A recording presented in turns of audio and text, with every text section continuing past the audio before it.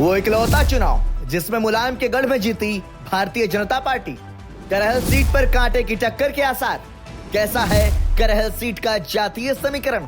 उत्तर प्रदेश की करहल विधानसभा सीट से समाजवादी पार्टी के प्रमुख अखिलेश यादव 2022 में विधायक निर्वाचित हुए थे। हालिया लोकसभा चुनाव में कन्नौज से लोकसभा सदस्य निर्वाचित होने के बाद अखिलेश यादव ने विधानसभा की सदस्यता से इस्तीफा दे दिया था। अखिलेश यादव के इस्तीफे से रिक्त हुई सीट पर अब उपचुनाव हो रहे हैं। उपचुनाव में अखिलेश यादव की पार्टी ने मुलायम सिंह यादव के परिवार के ही तेज प्रताप यादव को उम्मीदवार बनाया है।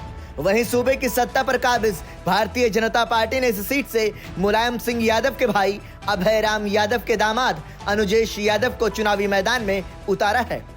मुलायम सिंह यादव के परिवार के बेटे और दामाद की लड़ाई ने यादव बाहुल्य करहल की चुनावी फाइट को रोचक बना दिया है। करहल मुलायम सिंह यादव के परिवार का गढ़ रहा है और सपा का किला भेदने की कोशिश में जुटी बीजेपी ने भी इस सीट पर परिवार का सदस्य नहीं तो रिश्तेदार ही सही परिवार से ही कैंडिडेट दिया है।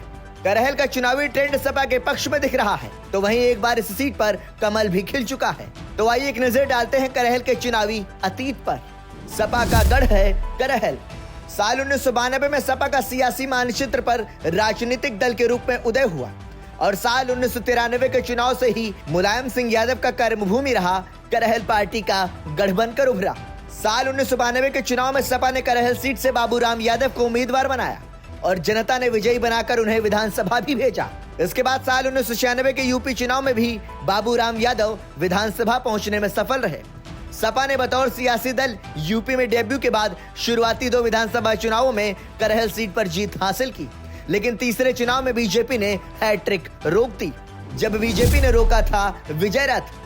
साल 2002 के यूपी चुनाव में सपा करहल सीट पर हैट्रिक लगाने की कोशिश में थी। पार्टी ने इस सीट पर बाबू राम यादव के बेटे अनिल यादव पर दांव लगाया। वहीं बीजेपी ने भी करहल सीट की जंग जीतने के लिए पूरा जोर लगा दिया। बीजेपी ने मुलायम सिंह यादव का किला भेदने और सपा का विजय रथ रोकने के लिए यादव कार्ड ही चला। बीजेपी ने मुलायम सिंह यादव के धुर विरोधी माने जाने वाले दर्शन सिंह यादव के भाई सोबरन सिंह यादव को करहल के रण में कमल निशान पर उतार दिया। कड़े मुकाबले में बीजेपी के सोबरन सिंह यादव 925 वोटों के नजदीकी अंतर से चुनावी बाजी जीत ले गए। हालांकि यही जीत इस सीट पर बीजेपी के लिए अब तक की इकलौती जीत भी है। इसके बाद से अब तक बीजेपी को करहल में कमल खिलने का इंतजार है। साल 2007 से ही करहल पर सपा का कब्जा। साल 2007 के यूपी चुनाव से लेकर अब तक इस सीट पर समाजवादी पार्टी का कब्जा है।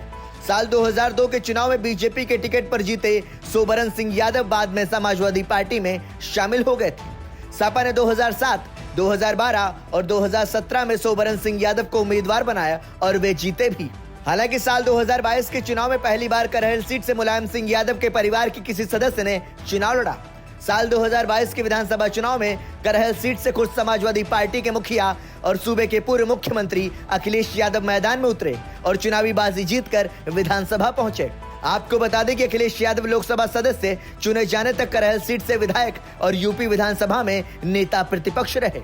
बीजेपी को क्यों है जीत की उम्मीद। करहल सीट पर बीजेपी को जब इकलौती जीत मिली थी तब भी पार्टी ने यादव कैंडिडेट दिया था। बीजेपी ने इस बार भी अनुजेश यादव को उम्मीदवार बनाकर भी यादव कार्ड ही चला है।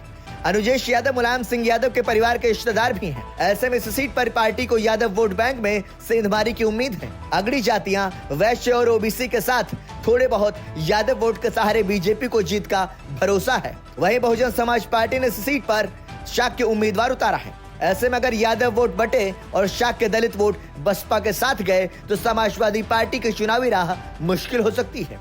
करहल सीट का जातीय समीकरण। करहल विधानसभा सीट के जातीय समीकरण की बात करें तो यह यादव बाहुल्य सीट है।